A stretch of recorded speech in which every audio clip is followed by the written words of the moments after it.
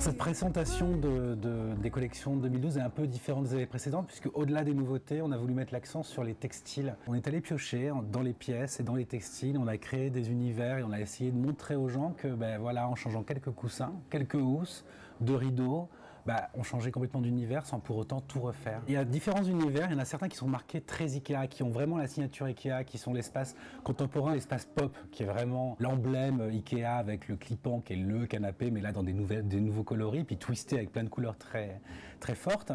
Et puis après, on a créé des univers où on est allé piocher à droite à gauche et on est arrivé à des esprits différents, à des choses différentes, avec un univers très british, très appartement cocooning, qui ressemble pas du tout à ce qu'on peut voir chez Ikea. Il ne faut pas hésiter à mélanger. On est dans une société métissée, où il y a plein de choses qui se passent dans tous les sens, il y a plein de styles différents et je pense qu'il ne faut pas avoir peur de se lancer et de mélanger. Puis ça marche pas, on recommence. Mais en tous les cas, voilà, d'aller piocher des petites choses et puis d'essayer de trouver le bon équilibre. Et puis surtout, l'important, je crois que c'est de faire quelque chose qui nous ressemble.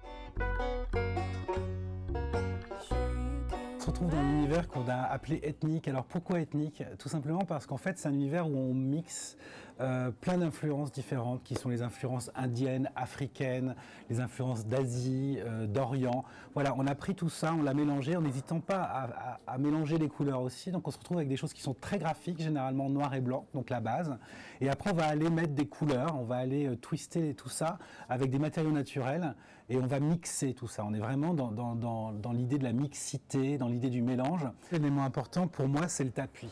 Tout est parti de là, puisqu'il y avait ce dessin très géométrique et très africain dans l'idée. Et puis surtout, il y avait un mélange de couleurs qui était un marron foncé, un marron plus clair, et puis un orange et un vert. Et c'est de là qu'est parti tout le reste de la pièce. Donc c'est souvent comme ça qu'on peut construire un espace.